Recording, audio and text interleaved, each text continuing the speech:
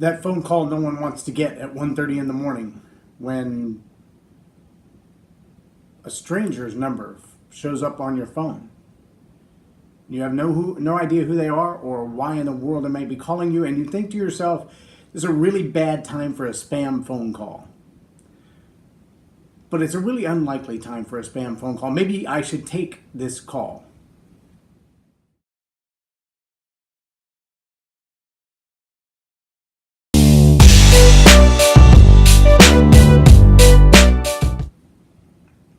I'm J Loren Norris, and you're watching Leading Leaders Podcast, and I got that phone call Friday night.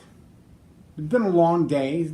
Started off to work at 5 o'clock in the morning as a normal day, and then graduation night and all the festivities that go with graduation and dinner after, etc., etc. And Mom and I had already come home, but our oldest son hung out with his friends who graduated and had dinner with his girlfriend and her family before driving home at midnight. He leaves for work about 4:45 every morning, and so he was pushing 22 hours worth of alive and awake. And then he wasn't. Dozed off at the wheel, went off the side of the road, hit the guardrail, slid into a light pole, his truck rolled down the hill and burst into flame. And as I got the phone call, the guy said, "Your son's been in an accident. His truck is on fire." And you can imagine all of the emotions that sweep over. Now, I need to let you know, too, that this is the third time in 7 days, from Saturday to Friday. I'm not even in the next Saturday yet. And 3 of my loved ones. First, my wife in the emergency room because her blood pressure was out of control. Then my grandmother in the emergency room, and they still haven't figured out exactly what's wrong with her. She's been in ICU over a week. She's 92. She may be closer to heaven than she is to here at this moment. And now my son. And all of that flood of emotions that comes over you when you get that phone call at 1:30 in the morning to begin with. All of the emotion that comes over when you hear your child has been in an accident. And then the next thought that went through my mind was, how does this guy know to call this number?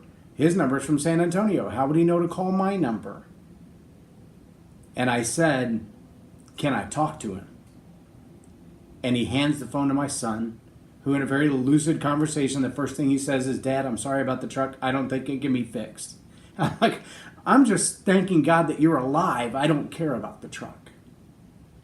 Now, if you've followed me on Facebook, you've seen pictures of the truck and pictures of the fire and the firemen that came in and the police officers that came into the hospital ER when I was there.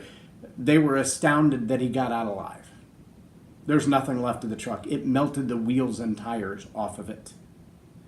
The impact was so violent that it shifted the engine in the engine compartment and bent the truck like a taco. And I'm reminded that yesterday was Memorial Day. And there are a lot of young men the age of my son who went off to war to make sure that we all have the right to pick up the phone and call our loved ones and say, "I love you and I'm sorry for those stupid things that I said." We have the right to have a picnic in the open air on a blanket under the stars. We have the right, because young men the age of my son didn't come home. I went and DJ'd a wedding last night, and when I came home from the wedding, my son was sitting here watching a movie with his girlfriend, and they were watching Hacksaw Ridge, about a young man who was a true hero, saving 75 lives, but going into war carrying no weapon. Heroes comes in all shapes and sizes. Heroes don't always look like the biggest, baddest, toughest guy. And I want to challenge you today and ask you the question, have you done everything you can do to protect the rights and the freedoms that you've been granted in this great nation? Have you done everything that you can do to let your loved ones know that you love them? Because life is fragile. It's very fragile. It's very short. And it's very precious. Take some time today and send an email, send a text, make a phone call, write a note Maybe buy a card, put it in an envelope with a stamp, and send it to their mailbox. But let the people who matter to you know that they matter to you. Because life is short. It's fragile. And it's precious. Thank you for watching the Leading Leaders Podcast. I'm J Loren Norris on Tell It Like It Is TV. Have a blessed day.